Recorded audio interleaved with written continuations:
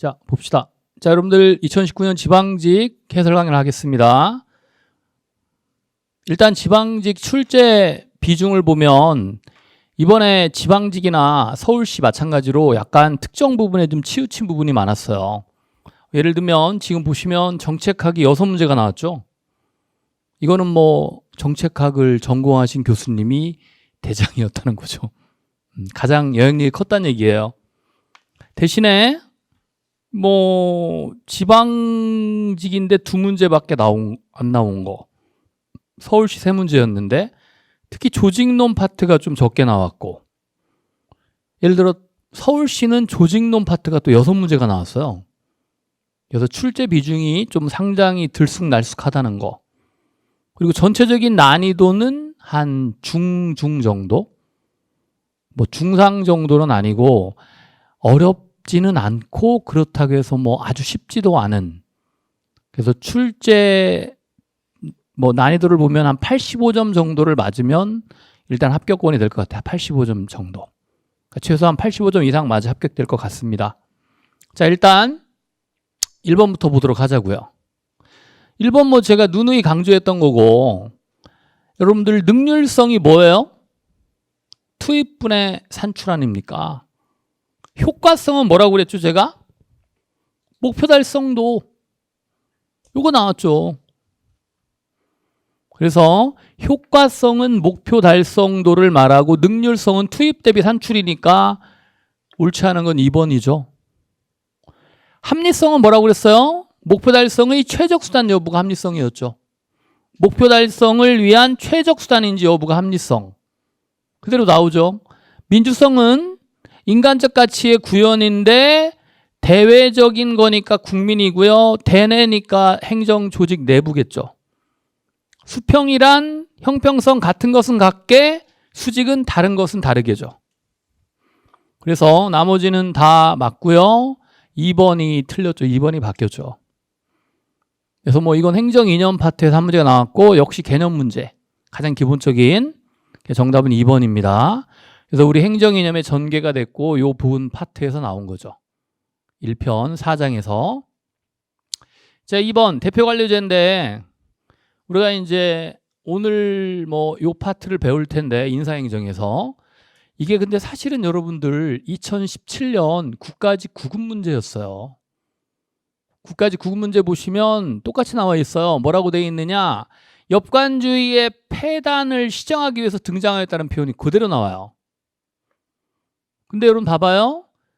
엽관주의의 폐단을 시정해 등장한 거는 뭐죠? 실적주의예요. 대표 관료제가 아니라. 그래서 인사행정의 이론 전개에서 말씀드린 대로 이거 기억나시죠? 엽관주의의 한계 때문에, 어떤 한계? 어느 누구든지 정당에 충성하면 관료가 되니까 그 어느 누구가 능력이 있어요? 전문성이 있어요? 없죠. 가장 큰 문제는 능률성과 전문성이 떨어지고 나중에는 관직을 어떻게 해요? 매관매직하죠. 부정부패가 발생하니까 결국 이러한 한계 때문에 1883년 실적주의 법안이 만들어지죠. 이게 무슨 법이에요? 그 유명한 펜들턴법. 그렇죠? 그래서 엽관주의의 한계 때문에 실적주의가 나오는 것이지 대표관료제가 나오는 게 아니에요. 또한 이러한 대표관료제 때문에 역차별이 발생하죠. 역차별의 문제가 완화되는 것이 아니라 역차별이 발생합니다. 뭐 미국의 예를 들면 백인들이 상대적으로 소수인종에 비해서 공직의 취임 기회나 아니면 대학교 입학 성적에 차별을 받죠. 그게 역차별이에요. 그래서 2번 지문이 틀렸죠. 그래서 엽관주의의 한계 때문에 실적주의가 나오고, 실적주의의 한계 때문에, 여러분 기억나요? 실적주의의 한계가 뭐였죠, 그러면? 자, 능력과 성적이 높은 사람은 합격할 수 있으니까 능력이 없는 사람은 절대 관직에 임용될 수가 없으니까 소극적이고 경직적이고 점수로 모든 걸 평가하니까 비인간적이었죠. 그래서 소극적 인사행정의 한계를 극복하기 위해서 적적 인사행정이 나오는 거죠. 적적 인사행정은 실적주의에다가 두 가지를 가미한다고 그랬죠. 역관주의 요소와 인간관계의 요소를 결합한다고 그랬죠. 이렇게. 그래서 인사행정 파트에서 나온 문제고요. 이 흐름을 여러분들이 이해하시면 이게 2015년도 국가직 7급에 나오고 2017년도 국가직 9급에 나오고 2019년도 지방직 9급에 나왔네요. 기출문제의 연관성을 살펴보면 자 3번에 정책 분석 기법 중에 하나인데 이번에 나올 때가 되긴 됐는데 계속 출제가 안 됐는데 전통적인 델파이와 정책 델파이의 비교예요. 전통적인 델파이는 처음부터 끝까지 익명성을 유지하니까 의견 일치를 유도하지 않는 것, 즉 다양성을 고려해서 의견 일치를 유도하지 않는 것은 정책 델파이죠. 델파이 기법은 합의를 하는 거예요. 전문가들의 합의. 의견 일치를 유도하는 거예요. 다양성이라기보다는 일반적인 평균이나 표준을, 즉 합의죠. 합의 결국은. 구성원들의 합의. 그래서 1번은 전통적인 델파이가 아니라 정책 델파이입니다. 이렇게 전통적인 델파이 기법은 전문가의 합의, 즉 의견 일치를 추구하는 거죠. 여기는 의견 일치보다는 의도적으로 갈등을 부각해가지고 다양한 의견, 극단적인 통계 처리를 하니까. 그래서 1번 지문이 잘못됐고요. 1번은 역시 정책 델파이입니다. 현실의 세계에서는 완벽한 함성이 아닌 제한된 합리성이고요. 브레인스토밍 과정에서 타인 아이들을 비판하거나 평가하지 않아야 한다고 그랬죠. 브레인스토밍은 다양한 아이디어를 그죠 발견해내는 그런 기법인데 두뇌 소풍 기법. 아이디어의 개발과 평가의 2단계로 나누어진다고 그랬고 특히 아이디어의 개발 단계에서는 비판을 자제해야 되겠죠. 4번 고도로 집권화된 구조나 기능을 편제된 조직의 의사결정은 최고관리자 개인이 주도한다. 그렇죠. 고도로 집권화된 구조가 수직적 계층제거든요. 여기서는 최고관리자가 주도한다는 얘기죠. 이렇게. 그래서 1번이 틀렸습니다. 뭐 그렇게 어렵지 않죠. 1번, 2번, 3번. 근데 다 어렵지 않아요. 어떻게 보면. 제가 모의고사 볼 때 어렵지 않다고 하니까 어렵게 푸신 분들이 좀 당황했을 텐데 실제 이번에 지방직 서울시 문제가 어렵지 않았어요. 정말로. 조금 공부하신 분들은 대부분 90점에서 85점 정도? 뭐 100점 맞은 분도 있고 그렇더라고요. 자, 4번 문제가 조금 까다로웠을 수 있어요. 우리가 환경이 불확실할 때 이 불확실에 대한 대처 방안이 있는데 소극적 방안과 적극적 방안이 있었죠. 우리 심화 때 한 거예요. 소극적 방안은 뭐라고 그랬어요? 불확실성을 인정한다고 그랬죠. 그리고 대안을 찾는 거라고 그랬고 적극적 방안은 불확실을 인정하지 않고 확실하게 바꾸는 거예요. 확실하게 바꾸는 방법이 여기 시험에 나온 거예요. 이번에. 그래서 보세요. 1번 상황에 대한 정보를 획득하면 확실해지겠죠. 정보의 획득 또는 파일럿 런과 같은 정책 실험을 통해서 확실하게 바꿀 수 있고요. 기관끼리의 협상이나 타협을 통해서 그러니까 세 가지는 불확실성을 인정하지 않고 확실하게 바꾸려는 적극적 방법이고요. 지연이나 회피라는 거는 불확실을 인정하고 대안을 찾다 보니까 자꾸 지연시키는 거예요. 일반적으로 회피하거나. 여기서 요거는 소극적 방법이 되겠죠. 어떤 정책할 때 지연이나 정책 결정 같은 거 지연이나 회피하는 거는 당연히 소극적 방법으로 봐야 되겠죠. 그래서 불확실성에 대한 극복 방안에서 4번은 소극적 방법이고요. 정답입니다. 1, 2, 3번은 적극적 방법이죠.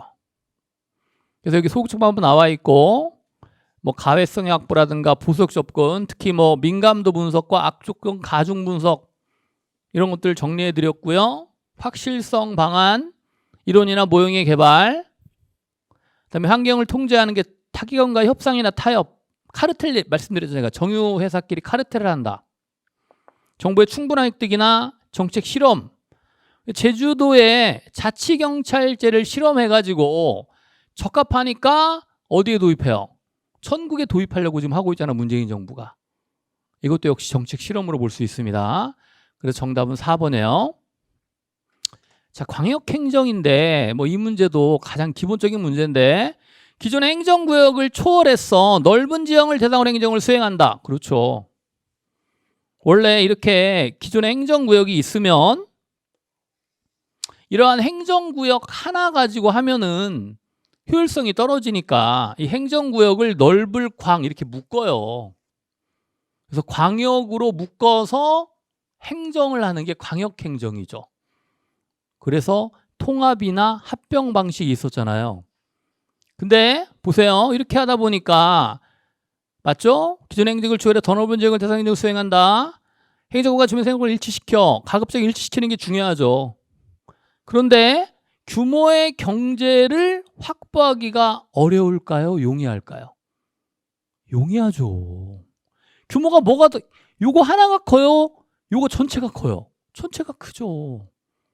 규모의 경제라는 거는 규모가 커질수록 비용이 절감되는 거니까 광역행정을 통해서 규모의 경제를 확보하기가 용이합니다. 그래서 능률성을 증진시킬 수 있어요. 또한 자치단체 간의 균질한, 예를 들어 봐봐요. A 자치단체와 B 자치단체가 있는데 재정 자립도가 떨어지면 A가 높고 B가 낮으면 A는 서비스가 높은데 B는 낮거든요. 차이가 생기잖아요. 이 갭을 줄일 수 있는 게 역시 광역행정이에요. 그래서 광역행정은 일종의 균질적 서비스를 제공할 수 있다는 장점이 있습니다. 정답은 3번이 틀렸죠. 규모의 경제를 확보하기가 용이해요. 자, 6번. 이제 옴부즈만 제도인데, 옴부즈만 제도는 우리나라의 국민권익위원회입니다. 일종의 행정감찰관인데 행정에 대한 통제 기능을 수행하죠. 왜냐? 여기 우리나라는 말이 없으니까 스웨덴이나 미국의 옴부즈만은 입법부 소속이거든요. 그래서 행정에 대한 통제 기능이고요. 스웨덴에서 최초로 만들어졌죠. 연도 혹시 기억나세요? 1807년에 19세기 맞죠? 제가 순조 때라고 그랬잖아요. 순조 왕 때 우리나라 19세기 그죠? 옴부즈만을 임명하는 주체는 입법기관, 스웨덴이나 미국 또는 행정수반, 대통령도 있죠. 그래서 이거는 뭐 다양하고요. 국가별로 상이합니다. 자, 우리나라 어떻습니까? 우리나라의 옴부즈만인 국민권익위원회는 헌법상 독립성이 아니라 이건 헌법기관인데 우리나라는 헌법기관이 아니죠. 스웨덴에서는 헌법기관이에요. 우리나라는 법률기관이죠. 무슨 법? 부패방지 및 국민권익위원회법에 규정돼 있죠. 그리고 이것도 틀렸죠. 대통령 소속이 아니라 국무총리 소속이죠. 대통령 소속은 감사원이고 대표적으로. 그래서 정답은 4번이 틀렸습니다. 6번에 4번. 뭐 어렵지 않죠? 자, 7번에 제가 통합재정 설명드렸는데 재정을 여러분들 제가 말씀드렸잖아요. 국가재정이 통합재정인데 재정은 예산 플러스 기금하네요. 이게 통합재정이면. 예산은 뭐라고 그랬어요? 일반회계와 특별회계의 결합이니까 국가재정은 일반회계, 특별회계, 기금을 포함하죠. 당연히. 옳은 거 찾는 거. 그렇죠? 통합재정의 기관 범위에 공공기관은 포함되지 않습니다. 알겠죠? 그래서 금융적 부분은 포함되지 않고 공공기관 포함되지 않습니다. 하지만 지방자치단체는 포함돼요. 여기 틀렸죠? 공공기관은 포함되지 않고 지자체는 포함되죠. 그래서 국가나 지자체의 일반회계, 특별회계, 기금을 모은 게 통합재정이죠. 국가나 지자체의 비금융 공공 부분만 포함된다고 그랬잖아요. 국민의 입장에서 느끼는 정부의 지출 규모이며 맞습니다. 왜냐면은 요 통합 재정이 경제 성질별 분류에 따른 거거든요. 이 경제 성질별 분류의 목표가 국민에 미치는 파급 효과를 알기 위한 거거든요. 그래서 요 지문은 맞아요. 근데 내부 거래는 포함하지 않습니다. 내부 거래가 뭐였죠? 일반회계, 회계 간에 지금 보세요. 일반회계와 특별회계 간에 서로 간에 전입 전출을 하는 게 내부 거래예요. 그럼 뭐가 생겨요? 중복 부분이 생기죠. 그걸 빼야죠. 그래서 내부 거래는 포함한다가 아니라 포함하지 않고 2005년부터 정부의 재정규모 통계로 사용하고 있는데 세입과 세출을 이렇게 내부 거래와 그죠? 보전 거래를 제외한 걸 뭐라고 하냐면 순계 개념이라고 그래요. 총계 개념이 아니라 제가 우리 문제 풀었었잖아요. 통합 재정은 순계 개념이다. 그래서 맞는 거는 1번밖에 없고요. 나머지는 다 틀렸죠. 됐죠?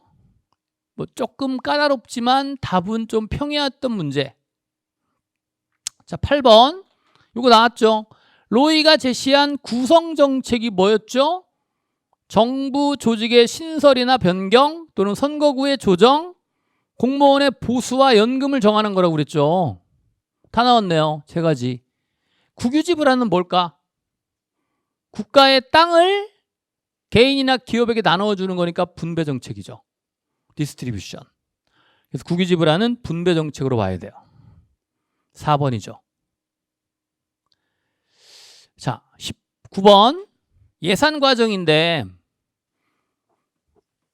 예산 과정에 대한 설명으로 옳지 않은 것은 자, 뭐 제가 많이 그려드렸잖아. 예산 편성, 심의, 집행, 결산인데 바뀌었죠?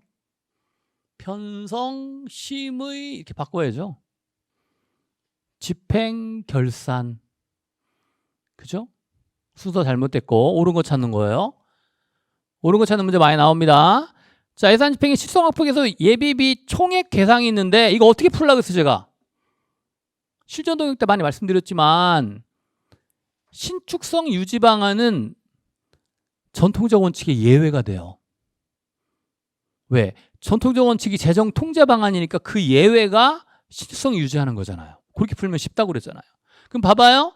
예비비는 무슨 원칙의 예외? 한정성 원칙의 예외. 본 예산보다 추가로 예비비나 추경 예산은 한정성 원칙의 예외죠.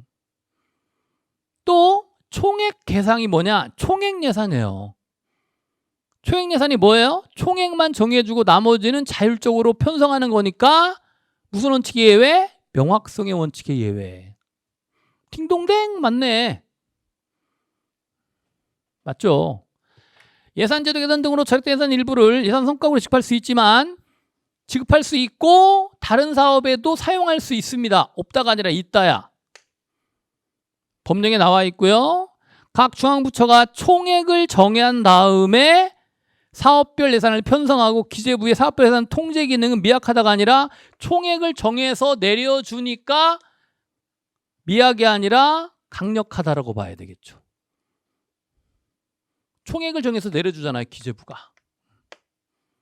총액 배분 자율 편성이니까 미약하다고 보기는 어렵고 예산 통제 기능이 활성화된다고 봐야 되겠죠. 그래서 정답은 2번이고요. 나머지는 다 틀렸어요. 자, 10번. 요거 나왔죠? 문재인 정부 조직 개편. 제가 한 번쯤 나올 거라고 그랬습니다만 2016년 이후니까 17, 18년을 다 말하는 거예요. 정부 조직의 변화에 대한 설명으로 옳지 않은 것. 중소기업, 벤처기업 등에 관한 사무를 관장하는 중소벤처기업부가 신설되었고 행안부의 외청으로 소방청이 신설되었고 해양경찰청은 어디 소속이라고 그랬죠? 해수부, 해양수산부 소속이라고 그랬죠. 국가보훈처가 처장은 원래 차관급인데 장관급으로 격상되었고 격화된 건 뭐죠? 그렇죠. 대통령 경호실을 대통령 경호처로 격화시켰죠. 격을 하나 내렸죠. 자, 4번에 한국수자원공사에 대한 관할권이 원래 국토부 소속이었거든요. 근데 수자원 관리를 위한 물 관리 업무를 2018년 6월에 환경부로 일어나 있죠. 수자원 관리, 여기 나왔잖아. 수자원 관리를 위한 물 관리 업무를 수자원 관리하는 게 수자원공사 아닙니까? 환경부로 일어나니까 국토부 소속의 수자원 관리 공사를 환경부로 옮긴 거죠, 결국은. 그래서 정답은 4번이죠. 한국수자원공사에 대한 관할권을 국토부에서 환경부로 이관해가지고 수자원 관리를 포함한 물관리 업무를 환경부로 일어나 있죠.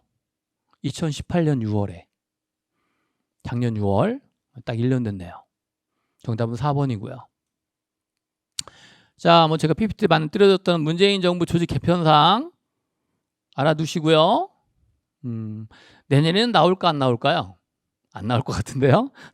그죠? 올해 나왔으니까. 그리고 내년에는 또 이제 시간이 지났으니까 아무래도 출제 가능성은 떨어지겠죠. 자, 11번 직업공무원 제도. 제가 이 3위일체 나온다고 그랬잖아요. 기억나요? 안 나요? 확인해 보세요. 여기 아직 안 했나? 아직 안 했구나.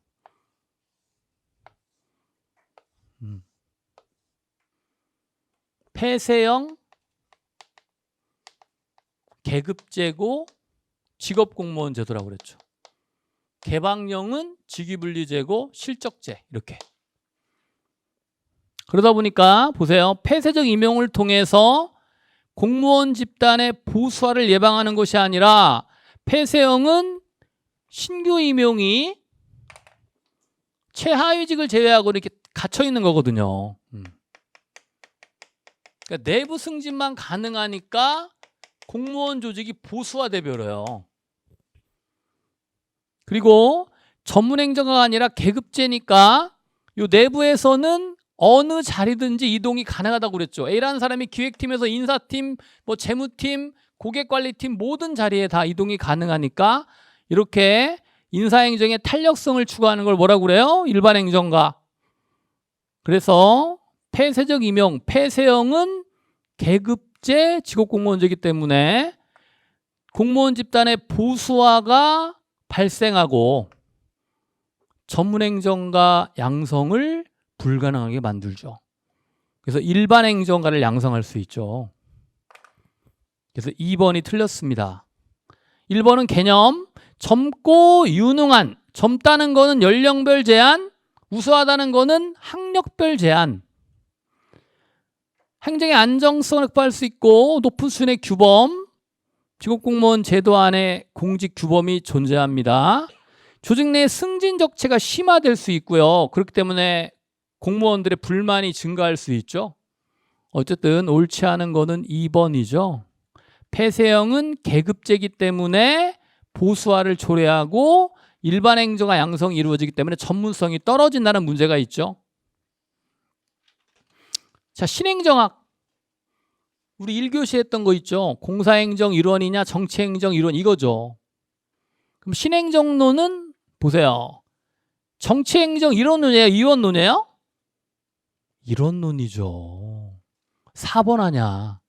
1번 뭐였죠? 행정관리설. 1929년 경제대공황 때문에 통치능설 2번.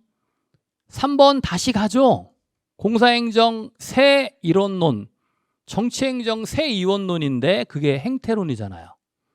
그에 대한 반발이 후계행태주의 신행정학이니까 신행정학은 행정을 정치와 같이 보는 정치행정 이론론이죠. 4-1 신행정론 4-2 발전행정론 신행정론 얘기하는 4-1 발전행정론 4-2 신행정론이니까 정치행정 이론론이 되겠죠. 자, 1번 맞죠? 미국의 사회문제를 촉구한 반면 발전행정은 제3세계의 근대화다. 경제발전. 우리나라는 발전행정 측면이 강합니다. 2번 정답이고요. 3번 신행정은 가치에 대한 새로운 인식. 가치가 정치니까 행정을 정치와 같다고 본 정치행정 새 이론론이죠. 신행정학은 왈도가 1968년 미노부르크 회의에서 뭐 여러 학자들과 같이 뭐 프레드릭슨, 마리니, 하몬드과 같이 소장학파들이 모인 거니까 맞죠. 신행정학. New Public Administration. 신행정학입니다. 출범 배경. 그래서 정답은 2번이죠. 13번 역시 리더십 문제인데 변혁적 리더십이 또 나왔죠. 그래서 거래적 리더십하고 구별하시면 되는데 1번 조직 참여의 기대가 적은 경우가 아니죠. 참여가 활성화돼야 되니까 기대가 적은 경우는 거래적 리더십이에요. 실제 전통적인 거래적 리더십. 예외 관리가 아니라 변혁적 관리에 초점을 두죠. 개혁이나 혁신을 주장하는. 그러니까 1번이 틀렸죠. 리더가 부하에게 특별한 관심을 보이거나 자긍심과 신념을 심어주죠. 특별한 관심을 보이는 걸 뭐라고 그래요? 개별적 배려라고 하죠. 이 개별적 배려가 바로 변혁적 리더십의 구성 요소고요. 자, 3번도 구성 요소. 이게 뭐예요? 지적 자극.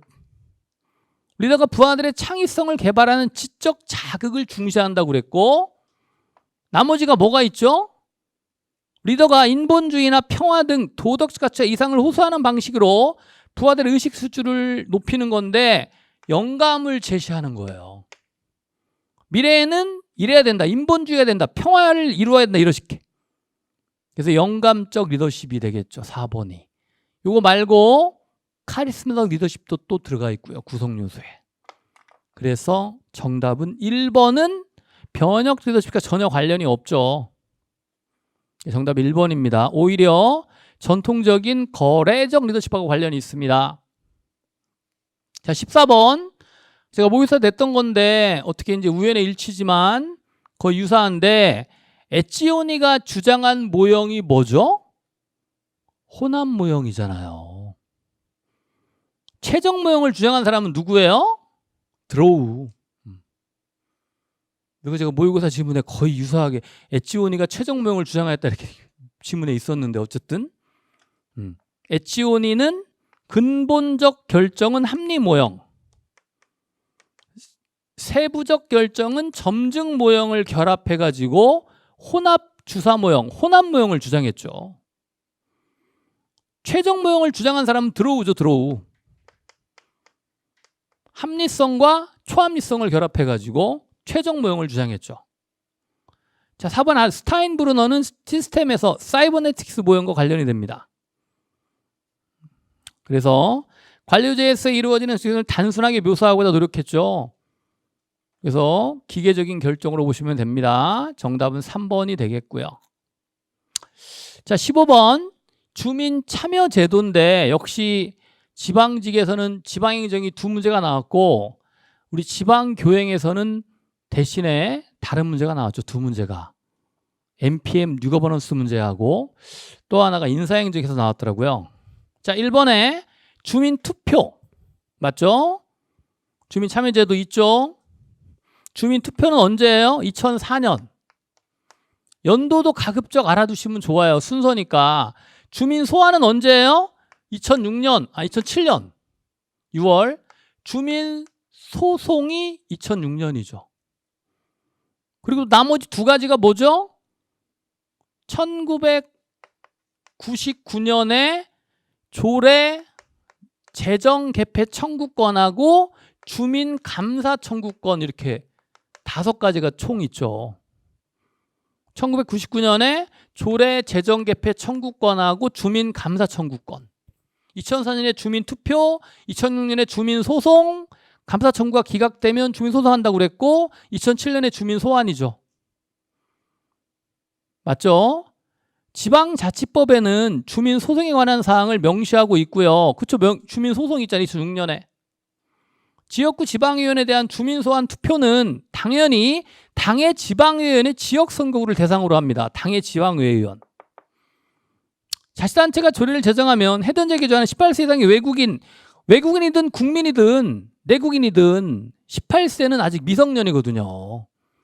선거 연령은 만 19세 이상이에요. 외국인, 내국인 동일합니다. 4번이 틀렸죠. 그래서 여러분들 지방자치법 규정에 보면 나옵니다. 알겠죠? 19세 이상입니다. 틀렸죠. 자, 이거 제가 말씀드렸잖아요. 이거 나올 거라고요. 나왔죠? 왜? 작년에 립스케 일선 관련제 모형이 나왔고 국가직에 뭐 나왔어요? 나카무라 스무로드가 나왔으니까 이번에 나올 거는 사바티어의 ACF 모형이라고 제가 말씀드렸잖아요. 수업 시간에. 그래서 분석 단위로서 어떠한 정책에 대한 신념 체계를 가진 찬성할 것인지 반대할 것인지에 대한 이 신념 체계, 빌리프 시스템하고 정책 학습이라고 그랬죠. 보고 배우는 즉 찬성 연합과 반대 연합 간의 상호작용을 통한 즉 시행착오를 통한 발전이니까 그게 뭐예요? 일종의 정책 지향 학습 아닙니까? 그래서 특히 이제 중간에서 팔러시 미디에이터 정책 중재자 역할을 중요시하는데 당연히 정책 지지 연합 모형이죠. 정책 흐름 모형은 킹던의 정책의 창 모형이고요.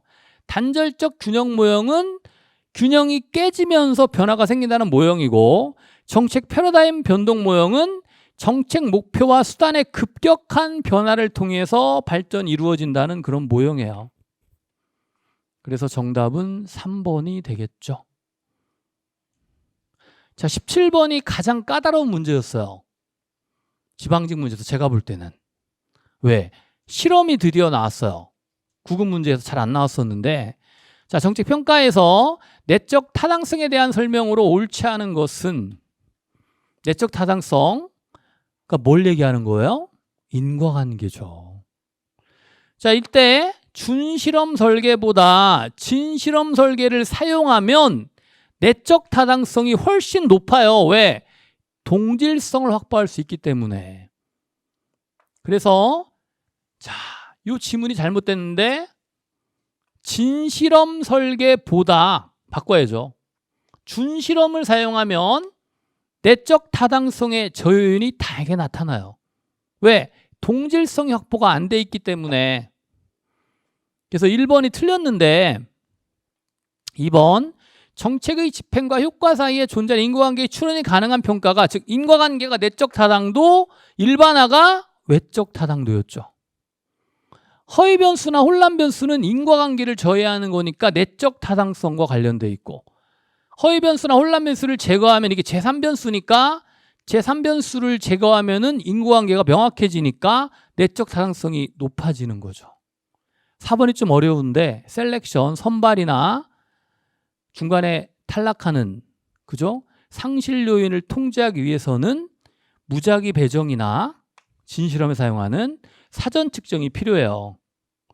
특히 준실험의 경우에는 동질성이 확보가 안 되는 비동질적 실험이기 때문에 사전에 측정을 해가지고 실험 집단과 비교 집단에 배치를 하면은 아무래도 인과관계를 확보하는 데 용이합니다. 그래서 요거는 맞는 지문이에요. 정답은 1번이 틀렸고요. 그래서 진실험이 동질성이 확보가 돼 있기 때문에 훨씬 더 내적 타당도가 높잖아요. 보세요. 자, 실험은 우리가 이제 심화 때는 제가 설명을 드렸는데 두 가지가 기준이라고 그랬죠. 첫 번째는 비교 집단 CG가 있는지 없는지. 비교 집단이 뭐 두 번째는 뭐라 그랬어요? 동질성이 확보가 돼 있는지 돼 있지 않는지. 그래서 비교 집단이 없고 동질성 확보 안 돼 있으면 비실험이죠. 여기는 오직 실험 집단 하나에다만 실험하는 거예요. 비교 집단이 없으니까. 여기서 뭐라고 되냐면 단일 집단이란 말이죠. 단일 집단, 실험 집단이 단일 집단이잖아요. 그리고 준실험은 완벽하진 않지만 비교 집단이 있으니까 EG와 CG, 컴패리슨, 비교 집단이 이렇게 있고요. 다만 동일성 확보가 안 됐죠. 동일성 확보가 약하기 때문에 내적 타당도가 중간 정도밖에 안 돼요. 아까 그 지문이 틀린 거지. 근데 진짜 실험, 리얼은 비교 집단 있고 EG와 CG가 둘 다 있고요. 동질성까지 확보가 돼 있습니다. 동질성은 뭐라고 그랬어요? 동일한 구성, 동일한 성향, 동일한 경험을 하니까 인과관계가 명확하죠. 즉 내적 타당도가 높거든요. 그래서 아까 이 지문이 틀린 거예요. 바꿔야죠. 진실험 설계보다 준실험 설계를 사용할 때 인과관계가 떨어집니다. 즉 내적 타당성이 저하되죠. 1번이 틀렸죠. 17번이 가장 어려웠다고 볼 수 있어, 이번 지방직 시험에. 자, 19번 공무원의 근평에 대한 설명으로 옳은 것인데, 근평, 근무성적 평정, 평정 대상자의 근무 실적이나 직무생력을 평가하고 적성이나 근무 태도 등도 기관장이 자율적으로 평가할 수 있는 것이지 평가하지 않는 것은 아닙니다. 옳은 거 찾는 거니까. 그죠? 2번 중요사건 기록법은 평정기간 동안에 중요한 사건만을 기록하는 것인데 자신의 근무 실적을 스스로 보고하는 것을 자기평정이라고 그래요. 자기평정은 다면평정에서 사용합니다. 자기평정. 다면평정에서. 근데 우리나라는 사실 다면평정이 형식화됐죠. 3번 평정자가 평정 대상자를 다른 평정 대상자와 비교함으로써 발생하는 걸 뭐라고 그래요? 대비적 오류. 앞의 평정자와 비교한다고 그랬죠. 딩동댕 맞네요. 정답은 3번이고요. 자, 우리나라의 공무원 평정은 4급 이상은 직무성과 계약제고 4급 이상은 5급 이하는 근무성적 평가제니까 틀렸죠. 그래서 직무성과 계약제는 4급 이상입니다. 5급 이하는 근무성적 평가제, 4급 이상은 직무성과 계약제. 그렇게 나누어지죠. 그래서 맞는 건 3번. 자, 대비적 오류. 우리 PPT에 나와 있죠. 19번 이거 또 나왔죠. 예타.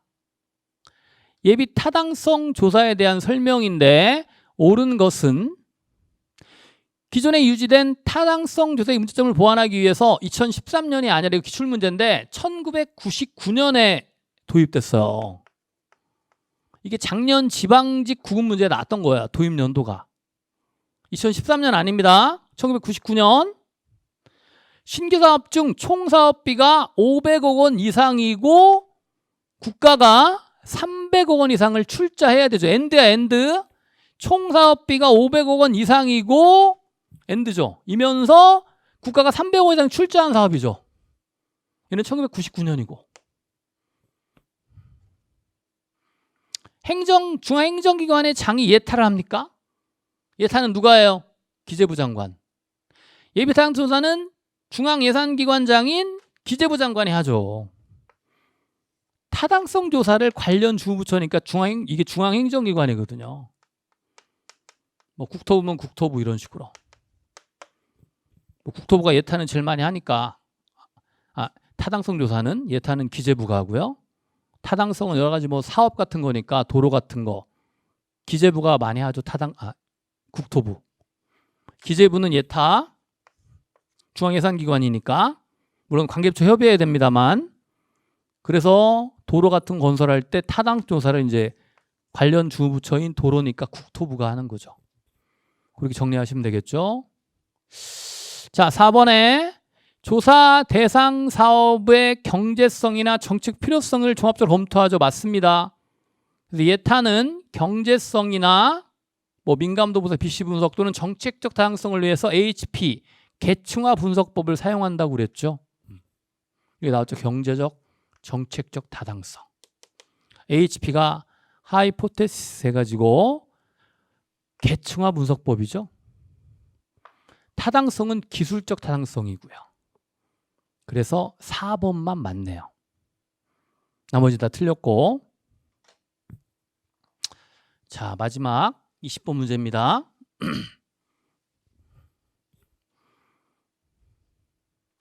국가 채무인데 국가 채무에 대한 설명을 옳지 않은 것인데 국가재정법에 기재부 장관이 중앙예산기관이니까 국가 채무관리계획을 수립해야 한다라고 규정되어 있습니다. 맞죠?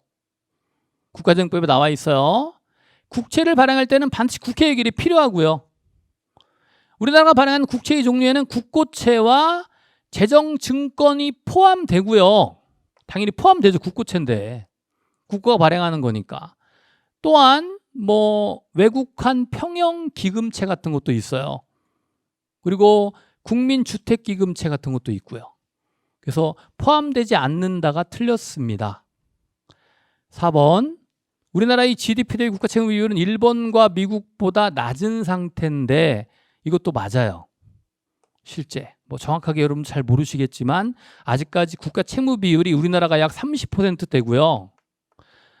미국이 아마 130% 정도 되고 일본이 가장 높아서 한 230 정도 돼요. 100씩 차. 30 우리나라 30, 미국이 130, 일본이 230이니까 일본이 가장 높죠 지금 현재 국가채무 비율이. 그래서 4번은 맞고요. 아직 낮아요. 3번에 당연히 국고채와 재정증권이 포함돼요. 그래서 국고채, 뭐 재정증권, 뭐 국민주택기금채, 외국한 평형기금채 이런 것들의 국고채의 종류, 국채의 종류예요. 확인해 보시면 되겠고, 자 이렇게 해서 뭐 제가 볼 때는 20번 문제하고 아까 요거 있었죠? 17번 문제가 좀 까다로웠고 뭐 나머지는 크게 어려운 부분이 없기 때문에 한 85에서 90점 정도 맞으면 여러분 지방직 합격권이라고 볼 수 있습니다. 자 여러분들 어쨌든 고생 많으셨고요.